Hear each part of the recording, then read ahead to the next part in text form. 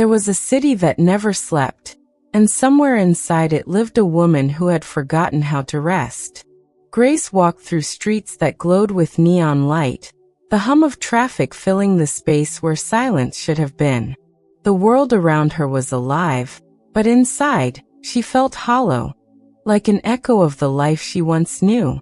She worked long hours, chasing success that never seemed to fill her. Her apartment was neat, expensive, and empty. Every night she came home, dropped her keys on the marble counter, and listened to the quiet hum of loneliness. There were no pictures on the walls, no laughter, no warmth. Only the faint memory of her mother's voice whispering her name from a time that felt like another lifetime. Grace hadn't spoken to Evelyn in 8 years. Not since that night when words turned into storms, and silence became safer than truth. She had walked away, angry, proud, certain that distance would protect her heart. But distance doesn't protect, it only delays the ache. Some nights, she dreamed of home. Not the house, but the feeling. The smell of rain on the porch, her mother's humming from the kitchen, the way the light used to spill across the living room floor.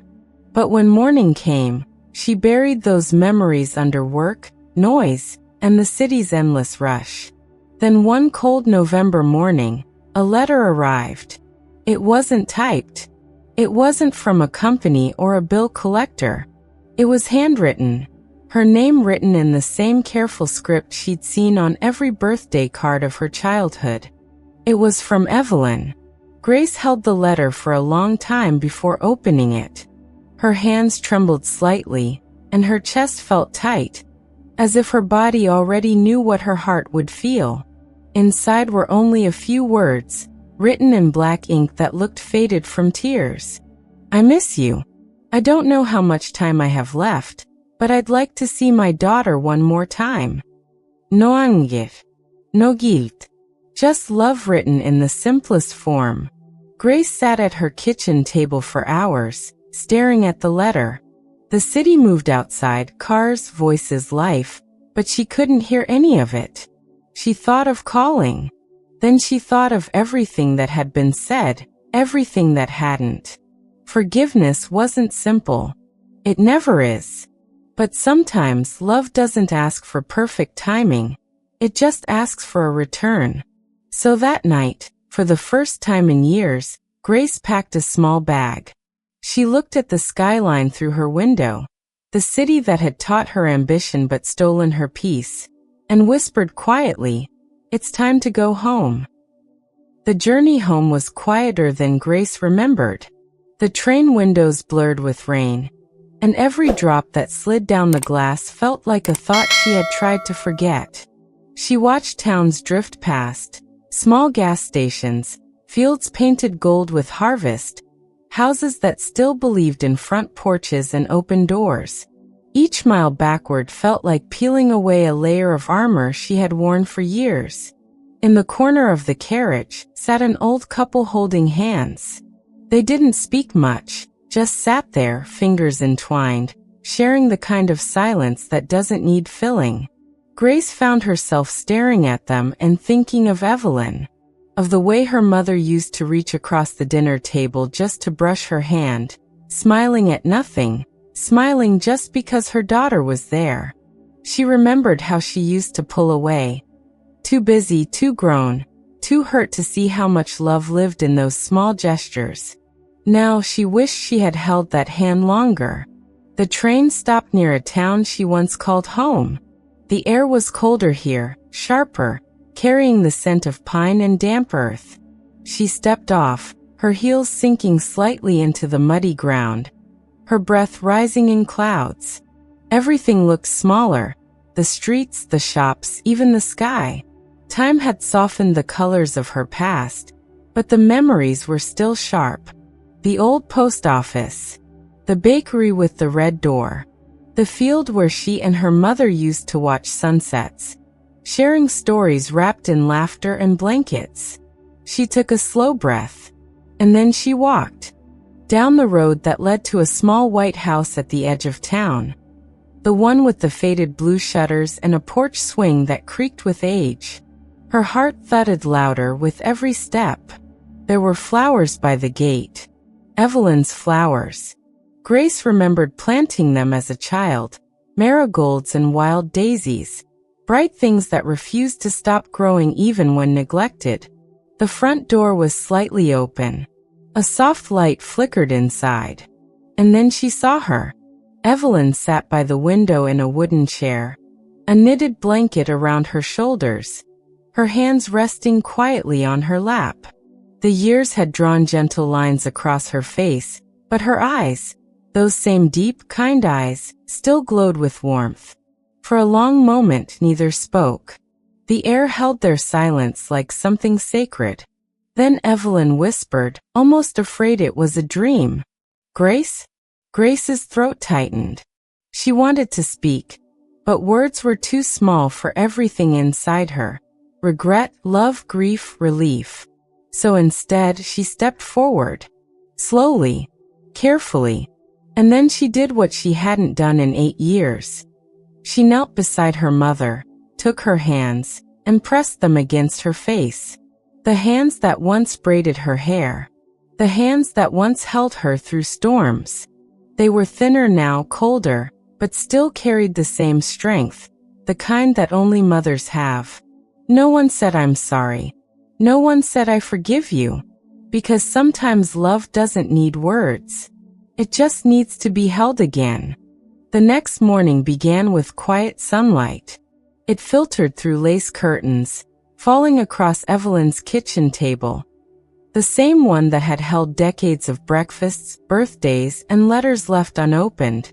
Dust motes danced in the air, slow and graceful, like time itself had softened its steps for them. Grace stood by the window, her hands wrapped around a chipped mug of tea. The house smelled of cinnamon and old wood, the scent of her childhood. Evelyn hummed softly in the background, a tune Grace hadn't heard since she was little. It was the same lullaby she used to sing whenever storms rattled the windows. The same song that once made Grace feel safe. Now it made her eyes sting. Evelyn's voice was weaker but steady, filled with a peace that only comes after years of learning to let go. She glanced up and smiled. "You still take your tea too strong," she said. Grace smiled back. "You still put too much sugar." And for a moment, a fragile, beautiful moment, they were mother and daughter again. Later, they sat outside on the porch swing, wrapped in old quilts. The trees were bare, the ground soft with frost, and the distant hills looked like they were holding their breath. Evelyn's voice broke the silence. "I used to watch the road every morning," she said, eyes fixed on the horizon. "Didn't matter if it rained, snowed, or the world fell apart. I kept hoping one day I'd see you walking back up that path." Grace swallowed hard. "I thought you hated me." Evelyn turned to her, eyes full of a calm sadness. "I could never hate you. I only missed you." The words landed softly, like snow, like forgiveness. Grace felt tears slide down her face before she even noticed them. "I was scared, Mom. I didn't know how to fix it. After Dad died, I thought I was broken." Evelyn reached out, her hand trembling slightly, and touched her daughter's cheek. "We all break, honey. That's how the light gets in." Grace let out a small laugh through her tears. "That's something Dad used to say." Evelyn smiled. He was right. He usually was. They sat together until the sky turned gold, watching the sun fall behind the hills. The air was cold, but neither moved. Sometimes healing isn't loud. It's the quiet decision to stay. That night, Grace found an old photo album in the living room. Inside were memories pressed between pages, a lifetime of birthdays, scraped knees, and first days of school. There was one photo of her, maybe 12 years old, standing beside her father's truck, holding a trophy with both hands. Evelyn had written beneath it in careful, neat handwriting. She believed she could. Grace ran her fingers over the words, her heart aching. When Evelyn came in, she saw her daughter staring at the photo. "Do you remember that day?" she asked. Grace nodded. "You said I could do anything if I just kept trying." Evelyn smiled faintly. "And I still believe that." That winter, Grace stayed. She cooked meals, fixed the old porch rail, read aloud to Evelyn in the evenings. Sometimes they talked. Sometimes they didn't. The silence between them was no longer heavy, it was healing. The snow came in soft waves, wrapping the town in white. And within that quiet world, a broken bond was slowly stitched back together. Not perfectly, but beautifully. Because love, when it returns, never comes back the same. It comes back wiser. The snow melted slowly that year. It didn't rush, it lingered, as if it knew the world still needed time to breathe. Small rivers began to form along the edges of the road, and the sound of dripping water filled the mornings. The earth was waking up again. Grace could feel it, not just in the air, but inside her. Something was stirring, something alive. She had started tending the garden behind the house, Evelyn's garden, once full of roses and lavender. The soil was cold, hard at first, but Grace worked it with her hands day after day. There was something healing about it. The rhythm, the patience, the way growth began quietly, beneath the surface. Every seed she planted felt like an apology. Every bloom that came after felt like forgiveness. Evelyn would sit by the window, wrapped in her shawl, watching her daughter work. Her eyes followed Grace's every movement, not out of worry anymore, but pride. "She's come home," she would whisper to herself. "My girl finally came home." Some evenings, they'd sit outside with mugs of tea, the air filled with the smell of damp soil and the sound of crickets. Grace would tell her stories, about the city, about nights when she couldn't sleep, about people she met but never really knew. Evelyn would listen quietly, sometimes reaching out to hold her hand. And when the silence came, it no longer felt empty. One morning, a letter arrived. It was from a local art center, a small place in town that offered painting and writing classes. Grace had sent in an old short story months ago, not thinking much of it. They wanted her to teach. When she told Evelyn, her mother's eyes filled with tears. "You always had your father's gift," she said softly. "He told me once that your words could heal people." Grace smiled. "Maybe they're finally healing me." The weeks passed gently. The house filled with life again. With laughter, music, the smell of bread baking. But one morning, Grace found Evelyn sitting quietly on the porch, her eyes far away. "Mom," she whispered. Evelyn turned, smiling faintly. "Do you hear that?" Grace listened. The soft wind, the rustle of leaves, a bird's song breaking the morning stillness. "It's spring," Evelyn said. "Your father always said spring was God's way of saying we get another chance." Grace knelt beside her. "You gave me that chance, Mom." Evelyn shook her head, her hand resting gently on her daughter's. "No, sweetheart. You gave it to yourself." That night, as the stars bloomed across the dark sky, Evelyn slipped into sleep. Calm, peaceful, her breathing light as a whisper. Grace stayed by her side, holding her hand until dawn painted the room gold. When morning came, Evelyn was gone. But she hadn't really left. Her shawl still hung by the chair. Her teacup still rested on the table. Her voice still echoed in the house, in the lullabies, in the laughter, in every word Grace wrote after. Grace buried her mother beneath the oak tree, next to her father.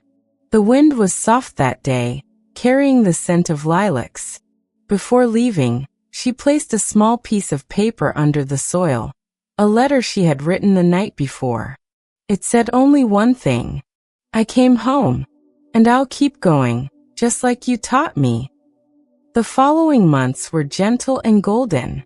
Grace taught her first class, met people who shared their own stories of loss, healing, and coming home. Among them was Daniel, quiet, kind, patient. He didn't try to fix her. He simply listened. And one day, Grace found herself smiling again, really smiling. Not because she forgot the pain, but because she had learned to carry it softly. Years later, a young girl visited her writing workshop, nervous, shy, unsure of her place in the world. Grace sat beside her, handed her a pen, and said, "Write it all down. Even the pain. Especially the pain. That's where the truth lives." The girl nodded, and Grace saw a reflection of herself. Years ago, lost, searching, afraid. That evening, as the sun dipped low behind the hills, Grace walked home, her heart full. The house glowed warmly from within, a light in every window. And for the first time in her life, she didn't just feel at home. She was home. Winter crept into the town softly like a sigh. The leaves had long fallen, leaving the trees bare, their branches stretching like hands toward a gray sky. Amelia didn't mind the cold anymore. She said it made the world honest. She still visited Ruth every morning. The old cottage smelled of cinnamon tea and old books. The fireplace cracked softly as the two women worked on a new painting together. One canvas, two brushes, no plan. But one morning, Ruth didn't answer the door. Amelia frowned, knocking again. When there was still no response, she pushed the door open and found Ruth sitting in her armchair, pale, her hands trembling around a mug of untouched tea. "Ruth!" Amelia's voice broke the silence. Ruth looked up with a small, weary smile. "Just tired, dear. The body's slower than the heart, that's all." Amelia's chest tightened. She knew something was wrong. She'd seen that kind of tired before, the kind that came from deep within. Over the next few weeks, Ruth visited the doctor often. She didn't talk much about it, and Amelia didn't press. But the air around them changed, heavier, quieter, full of unspoken things. One evening, Ruth finally said it out loud. "It's my heart, love. It's forgetting how to keep up." Amelia felt the world tilt. "They can fix it, right?" Ruth smiled gently. "Not everything needs fixing, Amelia. Some things just need peace." Tears filled Amelia's eyes, blurring the golden glow of the firelight. "You can't say that." "I can," Ruth said softly, "because I've lived long enough to know when it's time to rest." Amelia turned away, her voice trembling. "You're the only reason I started living again. I can't lose you too." Ruth reached for her hand, frail but steady. "You won't lose me. I'll just change places." The days that followed felt slower, like time was walking carefully around them. They painted together in silence, laughed softly at old memories, cried without words. One night, snow began to fall thick and silent. Ruth sat by the window, wrapped in a quilt, watching it drift past the glass. "Do you know," she whispered, "I always loved the first snow. It feels like the world forgiving itself." Amelia sat beside her. "You make everything sound beautiful." Ruth smiled faintly. "That's because everything is, if you stay long enough to see it." She reached out and touched Amelia's cheek. "Promise me something, dear." "Anything," Amelia whispered. "When I go, don't stop painting. Don't stop living. Let me live through your colors." Amelia nodded, unable to speak. A few nights later, Ruth passed away in her sleep, the candle on her bedside table still burning low, her face peaceful, as if she had just drifted into a deeper kind of dreaming. Amelia found her the next morning. For a moment, the world felt too still, too empty. Then she remembered Ruth's words. "You won't lose me. I'll just change places." So she lit another candle beside the first, and sat quietly, holding Ruth's old paintbrush. Weeks passed. The cottage stayed empty, but Amelia couldn't bring herself to let it fade. Every morning, she still walked there. She cleaned, watered the flowers, kept Ruth's quilts folded on the chair. And one day, she began a new painting, a portrait of Ruth smiling with her eyes, the way she always did. But behind Ruth, she painted something new. Light pouring through an open door. When it was finished, she placed it in the town art cafe, right where her first painting had hung. A small plaque beneath it read, "The woman who taught me that hope doesn't end, it transforms." People would stop and look, some with tears in their eyes, others with smiles. One afternoon, a little girl tugged at Amelia's sleeve and asked, "Is she your mom?" Amelia knelt and smiled. She was something even better. She was my light. That evening, as the sun dipped below the horizon, Amelia walked out to the cliffs overlooking the sea, the same place where she had once stood broken and lost. The wind was cold, but she didn't shiver. She closed her eyes and whispered into the air, "I kept going, Ruth. I kept painting.